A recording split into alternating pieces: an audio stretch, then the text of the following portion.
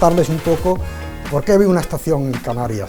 Primera que se puso en España, ¿por qué? Porque estuvo ayudando en los vuelos Mercury y Gemini.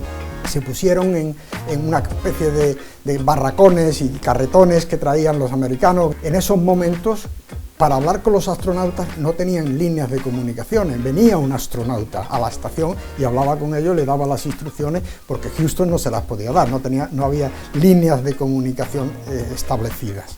Cuando ya venía el proyecto Apolo, la NASA se dio cuenta que necesitaba un sistema mucho más profesional, porque para los ingenieros de telecomunicación el Apolo trajo algo muy importante. Establecieron el sistema de lo que se llamó la banda S unificada. Antes lo que se hacía, pues para tener una voz, pues tú tenías una frecuencia que te llevaba la voz, otra que te llevaba la telemetría, y finalmente ahí lo que se hizo es poner una única portadora, que estaba en la frecuencia de 2,2 a 2,3 gigahercios, 2200, 2300 megahercios, y ahí se modulaba en fase sobre la portadora infinidad de cosas. Una de ellas era la televisión, pero después venían en forma de frecuencias que se llaman IRIG, que ahora se utilizan también. Pues alguien me enseñaba antes un reloj que le hace un electrocardiograma con el reloj, que yo me he quedado pasmado, y lo manda, y toda esa transmisión que se hace está basada en las frecuencias biomédicas que se hicieron para los proyectos Apolo. Eso era una estación muy grande, en extensión.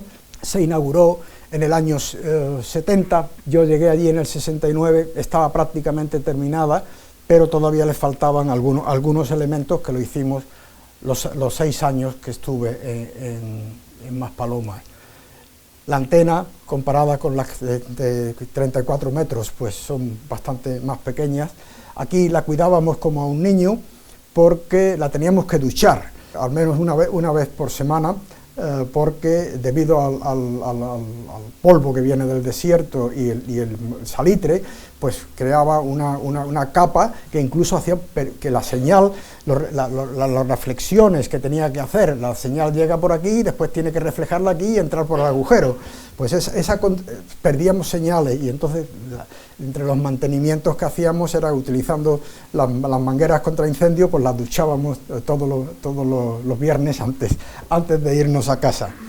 Decía que la estación era muy importante porque los vuelos de Apolo se lanzan hacia el este. ¿Por qué? Porque aprovechamos la velocidad de giro de la Tierra y le da un impulso al cohete. Entonces, en un principio salen en latitudes muy bajas, estaban muy cercanas al Ecuador. La estación, que está a 27 grados de latitud, era la primera que podía decir que ya habíamos llegado a la órbita. ¿Era buena o era mala? Si era mala, pues la fiesta estaba empezando a acabar.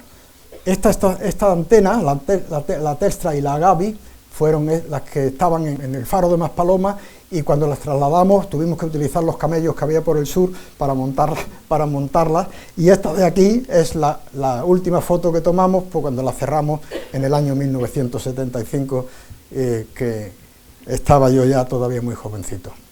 Y esto es la red de alerta de partículas solares. Estaba solo en Maspalomas y en 6 sitios más en el mundo. Lo que teníamos era un telescopio solar y un radiotelescopio solar. Aquí tomábamos una foto del Sol cada 10 segundos y se estaba observando constantemente dónde podía haber una tormenta solar, una explosión, una eyección de viento solar que pudiera afectar a los astronautas. Si los astronautas estaban en la superficie lunar, se tenían que meter en el módulo lunar. Si el módulo lunar no lo aguantaba, porque eran cacharritos de aluminio muy suavecitos, se tenían que ir al módulo de mando.